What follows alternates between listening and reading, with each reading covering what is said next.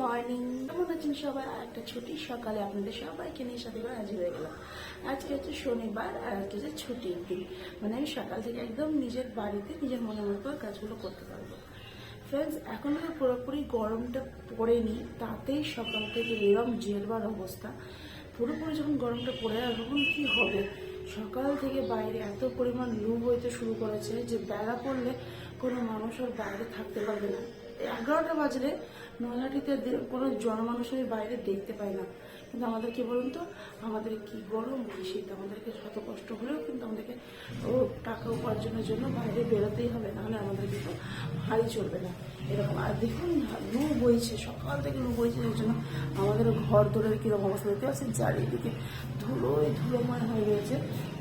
সকালবেলা উঠে একটু ব্রাশ ট্রাশ করে একটু ফ্রেশ হলাম, একটু চুলটা আঁচড়ালাম, দিয়ে একটু চা বসাতে গেছি, দেখছি দুধটা ফেটে বসে আছে। অগত্যা এখন তো কিছু করার নেই, যতক্ষণ না বাবা উঠবে ওই গরম জল না লাল চাটা আমাকে খেতে হবে, তার সাথে বাবাকেও ব্রেকফাস্ট দেবো। আর আজকে তো ছুটির দিন, তাই বাবা ছেলে এখন দুজনেই ঘুমাচ্ছে। আমি চা পাতাটা দিয়ে একদম গরম জল লাল চাটা বসিয়েছি। আর এই দেখুন সকালবেলা উঠে মানে মনটা খারাপ হয়ে যায় কি না যায় বলুন, এতটা দুধ দেখুন ফেটে ছানা হয়ে গেছে। আর কারেন্ট নেই, মানে একটার বেশি দুটো ফ্যান চালাতে না ভয় লাগছে। নিজের কষ্ট হলেও যারা ঘুমাচ্ছে তাদেরকে তো একটু শান্তি করে ঘুমাতে দিতে পারে না বলুন। তাই খুব কষ্ট করে গরমের মধ্যে আজ জানি না কখনো থাকতে পারবো। কারেন্টেরও প্রবলেম খুব হচ্ছে, দেখবেন যত প্রবলেম এই গরমের সময় কারেন্টে হবে, এই লু বইবে, এই নষ্ট হচ্ছে ওই নষ্ট হচ্ছে, যেগুলো না একজন বাড়ির বউ নিতে পারে না, বিশেষ করে নষ্ট হওয়া জিনিসগুলো। তো বাবাই উঠুক, আমি যেতে পারি, কিন্তু আমার আর যেতে ইচ্ছে করছে না। তোজোর এই স্কুল ও ডান্স এদিক ওদিক ঘুরে ঘুরে না আমার ওইরকম তো বড্ড পায়ে ব্যথা ঘুরে গেছে। আচ্ছা না, আমার এই কষ্ট করে গরম জলটা খাবো তবু ভালো, আমি বাইরে যাবো না।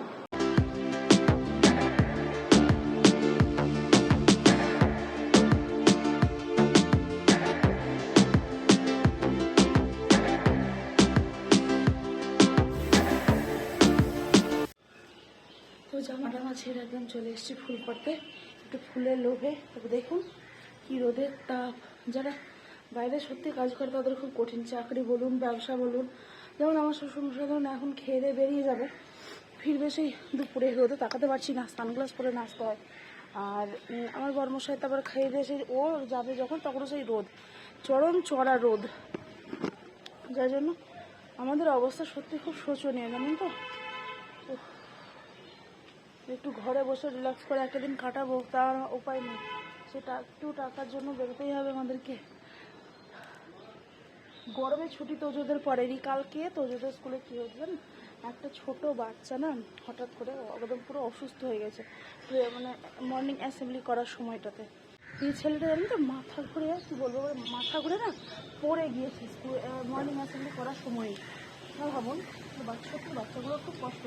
আর ওদের ক্লাস দিয়েছে এখন 3rd ফ্লোরে। তো স্যাররা কী করেছে, সব বাচ্চাগুলোকে জানেন তো নিচে নামিয়ে নিয়ে এসছে গ্রাউন্ড ফ্লোরে, যে গ্রাউন্ড ফ্লোরে ক্লাসটা হোক, কারণ ঠান্ডা দেখবেন ওপরে থেকে নিচটা একটু ঠান্ডা হয়। আমাদের যখন দোতলা হওয়ার পরে যখন নিচটা বেশ একটু ঠান্ডা হয়ে গেছে, যখন শীতের সময় আমাদের এই দোতলায় বিশেষ করে খুবই আরামদায়ক হবে, রোদ্রে পাবো সমস্ত কিছু। গরমে কী হবে জানি না। আর সেদিনকে আমাদের ওয়্যারিংয়ের কাজ চলছিল, যার জন্য ঘরদোর আবার সেই জাকারটাই হয়ে গেছে।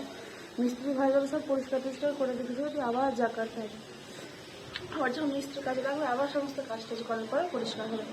যাই কি ঠাকুরকে ফুল জল দিয়ে সাজিয়ে টাজিয়ে দিই।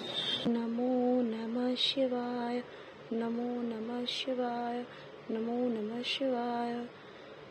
দেখুন এখানে আমি ঠাকুরের বাসন টাসন সমস্ত রকম মেজে সাজিয়ে দিয়েছি। আর আমি থালা কি দিয়ে মাঝে বললেন তো, ঠাকুরের বাসন কোসন পিতাম্বরী দিয়ে, মা তারা চরণটা ধুয়ে ফুল টুল দিয়ে আজকে সাজিয়ে দিলাম। আজকে সত্যি মনটা ভরে গেল, অনেকগুলো ফুল পেয়েছি, মানে ছাদে যাওয়া কষ্টটা বা সার্থক হলো।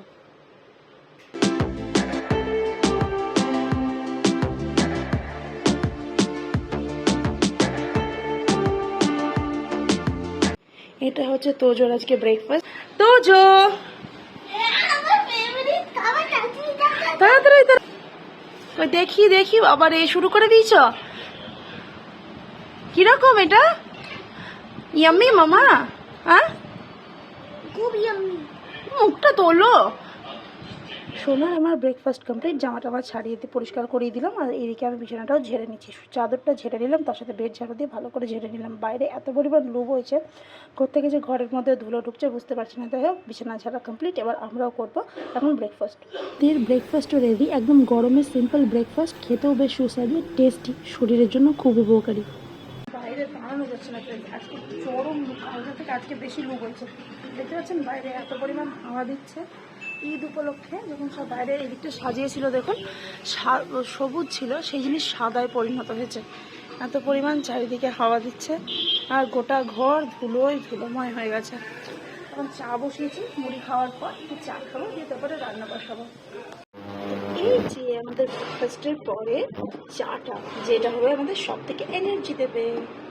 এই তো যো ভলিউমটা কমা, দাদানকে ডাক্তারবাবু চা দিয়েছি, এ নাও তোমার চা, ধরো। আর এটা হলো আমার সব থেকে বড় গ্লাস অল্প একটু চা।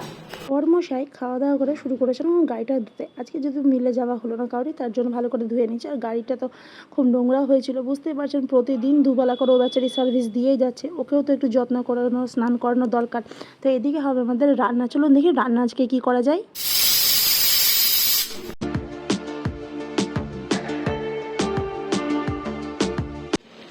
আজকে আমরা রান্না বলতে এখানে আমি বসিয়েছি ভাতটা, আর এখানে হচ্ছে মশলা কষানো, জাস্ট অল্প মশলা টশলা দিয়ে এখানে হবে আলুর দম, একটু পাতলা পাতলা করে বানাবো।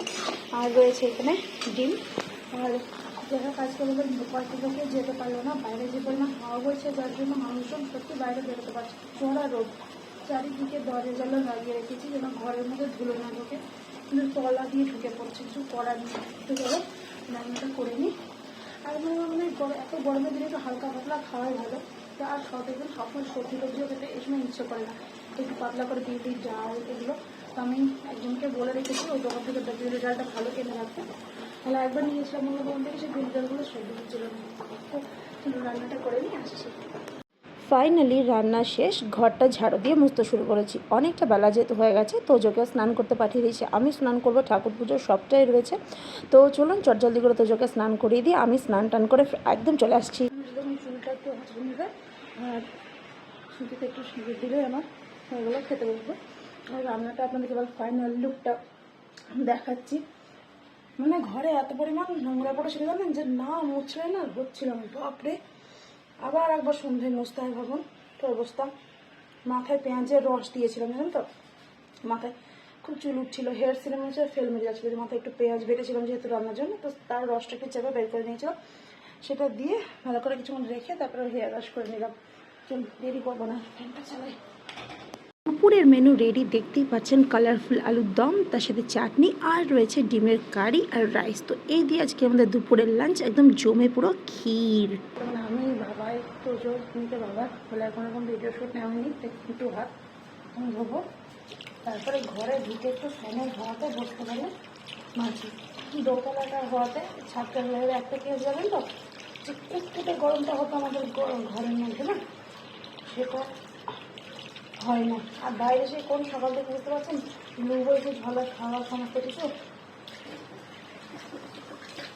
এখনো শুরু চলছে, কি বলবো। আর এই যে এখন কতটা শুরু হলো, কত কি হবে তার নেই কোনো ঠিক। একটু ফ্রিজের জল খাবো বলে আমার মা সাবধান করা বলে, একটু ঠান্ডা লেগে দেবে তোমার, ফ্রিজ জল খুলে খেও না। দেখবেন যাদের একবার মানে ফ্রিজের হয়ে যায় না, তারা যত একটু ফ্রিজ জল খেলে দেখবেন তাদের একদম ভুঁড়িটা মোটা হয়ে যায়। সবাই ভাবে এত খাওয়া দাওয়া করে যে একদম দুদিনে মোটা হয়ে গেল, আসল কারণ তো সেটা নয়, তাই না বলি। এমন নয় যে আমার বাড়িতে খাবারের অভাব আছে বা আমি খেতে পারি না, এমন নয়, কিন্তু আমি বেশি খেয়ে না আমি নিজে শান্তি পাই না। আর তার থেকেও বড় কথা হলো, এমন নয় যে আমি পঞ্চব্যঞ্জন রান্না করতেই পারি, কিন্তু এই গরমের মধ্যে কী বলুন তো, কেউ পঞ্চব্যঞ্জন রান্না খেতে চায় না, সবসময় হালকা ফুলকা খাবার আমাদের বাড়িতে পছন্দ করে। আমার মাও করে না, বাবা সবাই সবাই এরকম। জলটা খেয়ে ফেললাম, চলুন যাই আমাদের বেডরুমে।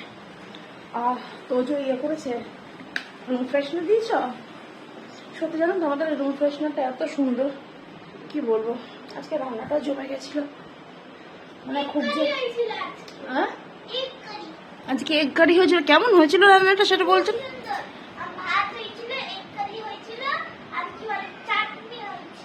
আর একটা তো বললেই না তুমি, আলুর দমটা বলনি। খুব সুন্দর হয়েছিল, থ্যাংক ইউ।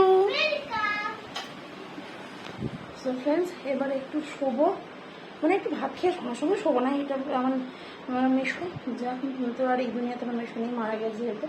তো আমার মেশো বলতো যে ভাত খাওয়ার সাথে সাথে ধূপ করে শুয়ে পড়াটা উচিত না, ভাত খাওয়ার সাথে সাথে জল খাওয়াটা উচিত না। কিন্তু একটা সময় কি বলুন তো, এত গলাটা টানে না যে হয় না জলটা খেয়ে ফেলে। কিন্তু ওই মেশোর একটা কথা আমি মনে রেখেছি যে মানে জ্ঞানত অবস্থায় যে কখনো খাওয়ার পরে সঙ্গে সঙ্গে শুয়ে পড়বে না।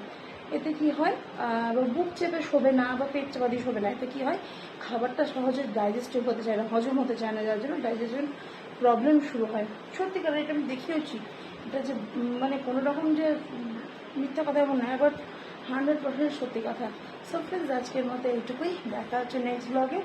তখন সবাই ভালো থাকবেন, সুস্থ থাকবেন, নিজের শরীরের খেয়াল রাখবেন। Tata, good bye.